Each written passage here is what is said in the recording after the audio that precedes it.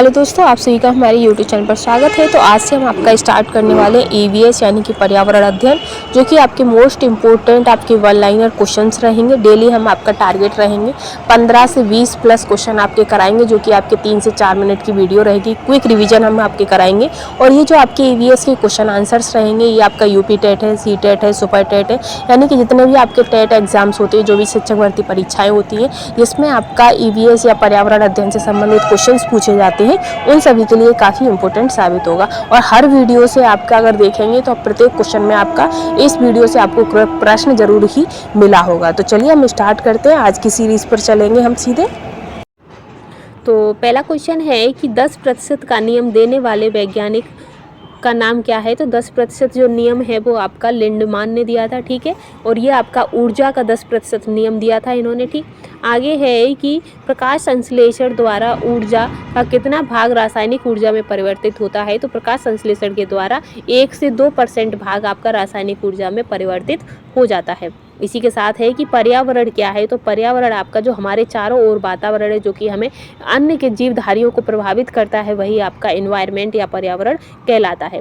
इसके बाद है कि पौधे अपनी खाद्य निर्माण प्रक्रिया में कार्बन डाइऑक्साइड गैस वायुमंडल से लेते हैं और बदले में जीवधारियों को सांस लेने के लिए ऑक्सीजन देते हैं। यानी कि जो पौधे होते हैं वो प्रकाश संश्लेषण की क्रिया करते हैं, जिसके तहत वो कार्बन डाइऑक्साइड को ग्रहण करते हैं और ऑक्सीजन को छोड़ते हैं। और जो ऑक्सीजन गैस होती है वो हम सभी के लिए, सभी जीव जंतुओं के लिए बहुत ही ज़्यादा इंपॉर्टेंट होती है। फिर है कि carbon dioxide, sulphur dioxide, carbon monoxide द्वारा कौन सा प्रदूषण होता है। तो इन सभी गैसों के द्वारा वायु प्रदूषण होता है। इसी के साथ है कि बायोकेमिकल ऑक्सीजन डिमांड परीक्षा किस प्रदूषण को मापने के लिए होती है। तो बायोकेमिकल ऑक्सीजन डिमांड यानी कि बीओडी जो परीक्षा है, तो ये आपकी जल प्रदूषण को मापने के लिए किया जाता है। इसी के साथ है कि पैराक्सी एसेटिल नाइट्रेट यानी कि पेन क्या है। तो पेन आपका वायु प्रदूषक को मापने का मापदंड है। इसी के साथ है कि वायुमंडल में कौन सी गैस सर्वाधिक मात्रा पाई जाती है। तो जो नाइट्रोजन गैस है, 78% आपकी नाइट्रोजन गैस हमारे वायुमंडल में पाई जाती है। और जो ऑक्सीजन है वो आपकी 21% वायुमंडल में पाई जाती है। आकाश नीला किसके कारण दिखाई देता है। तो जो आकाश है वो आपका प्रकीर्णन के कारण नीला दिखाई देता है।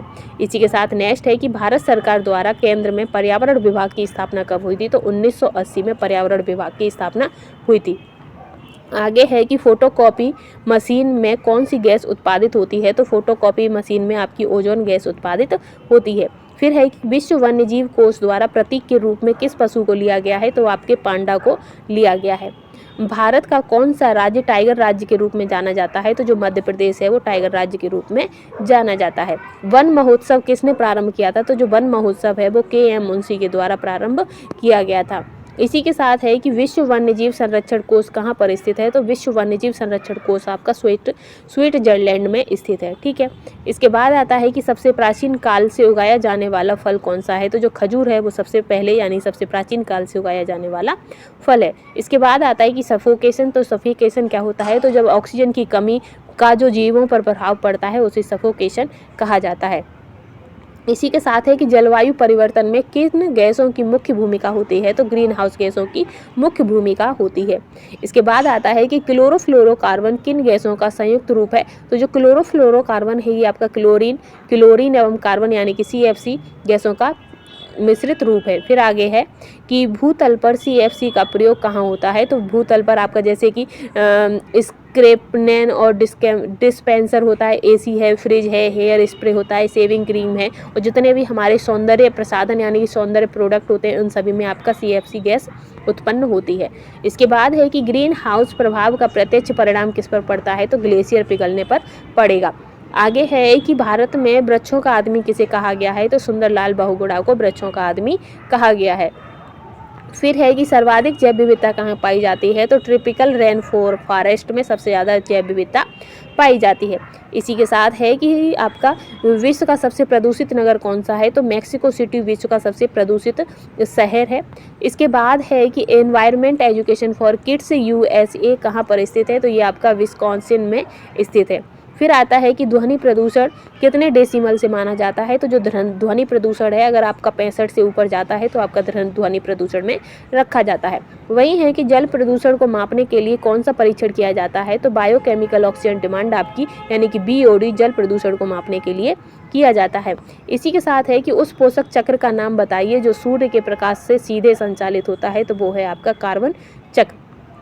इसके बाद है हमारा कि जैव मंडल में एक ही जाति की संख्या को क्या कहा जाता है। तो उसे जनसंख्या कहते हैं। और वर्षा की मात्रा किस पर निर्भर होती है। तो वायुमंडल में नमी पर वर्षा की मात्रा निर्भर होती है। तो आज के टॉप 30 क्वेश्चन क्विक रिवीजन की सीरीज हमने यहीं समाप्त कर लिया। आई होप आपको वीडियो पसंद आई होगी। तो ऐसे ही कंटेंट के लिए चैनल के साथ बने रहिएगा। Thanks for watching. का नाम क्या है। तो 10% जो नियम है वो आपका लिंडमान ने दिया था, ठीक है। और ये आपका ऊर्जा का 10% नियम दिया था इन्होंने, ठीक। आगे है कि प्रकाश संश्लेषण द्वारा ऊर्जा का कितना भाग रासायनिक ऊर्जा में परिवर्तित होता है। तो प्रकाश संश्लेषण के द्वारा 1 से 2% भाग आपका रासायनिक ऊर्जा में परिवर्तित हो जाता है। इसी के साथ है कि पर्यावरण क्या है। तो पर्यावरण आपका जो हमारे चारों ओर वातावरण है जो कि हमें अन्य के जीवधारियों को प्रभावित करता है वही आपका एनवायरनमेंट या पर्यावरण कहलाता है।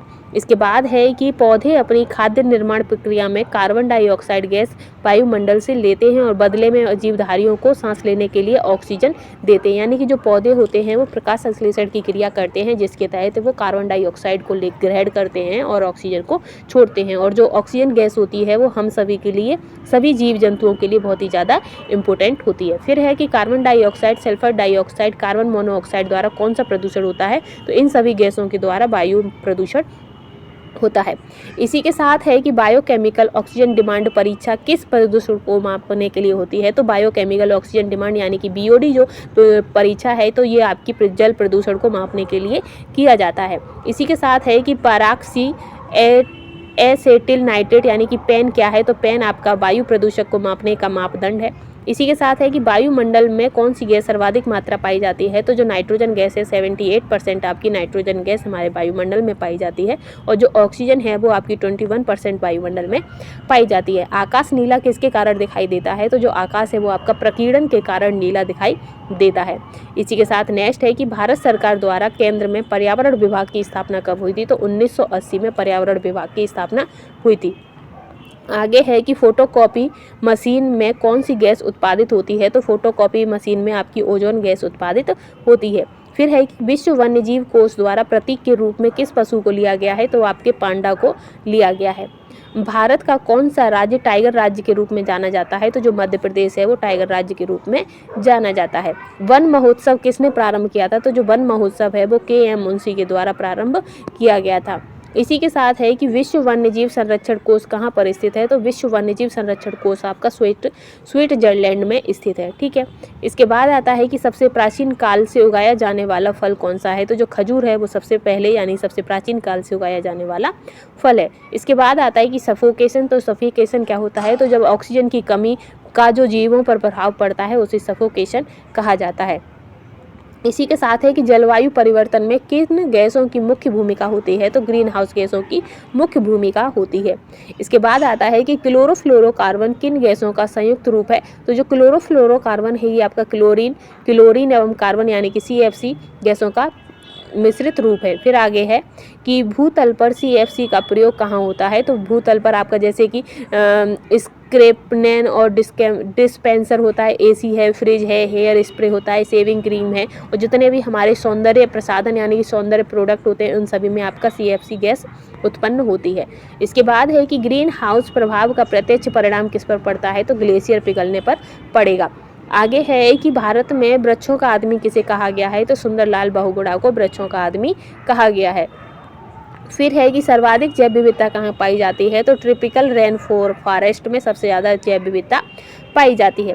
इसी के साथ है कि आपका विश्व का सबसे प्रदूषित नगर कौन सा है। तो मैक्सिको सिटी विश्व का सबसे प्रदूषित शहर है। इसके बाद है कि environment education for kids USA कहाँ पर स्थित है। तो ये आपका विस्कॉन्सिन में स्थित है। फिर आता है कि ध्वनि प्रदूषण कितने डेसिमल से माना जाता है। तो जो ध्वनि प्रदूषण है अगर आपका 65 से ऊपर जाता है तो आपका ध्वनि प्रदूषण में रखा जाता है। वही है कि जल प्रदूषण को मापने के लिए कौन सा परीक्षण किया जाता है। तो बायोकेमिकल ऑक्सीजन डिमांड आपकी यानी कि BOD जल प्रदूषण को मापने के लिए किया जाता है। इसी के साथ है कि उस पोषक चक्र का नाम बताइए जो सूर्य के प्रकाश से सीधे संचालित होता है। तो वो है आपका कार्बन चक्र। इसके बाद है हमारा कि जैव मंडल में एक ही जाति की संख्या को क्या कहा जाता है। तो उसे जनसंख्या कहते हैं। और वर्षा की मात्रा किस पर निर्भर होती है। तो वायुमंडल में नमी पर वर्षा की मात्रा निर्भर होती है। तो आज के टॉप 30 क्वेश्चन क्विक रिवीजन की सीरीज हमने यहीं समाप्त कर लिया। आई होप आपको वीडियो पसंद आई होगी। तो ऐसे ही कंटेंट के लिए चैनल के साथ बने रहिएगा। Thanks for watching.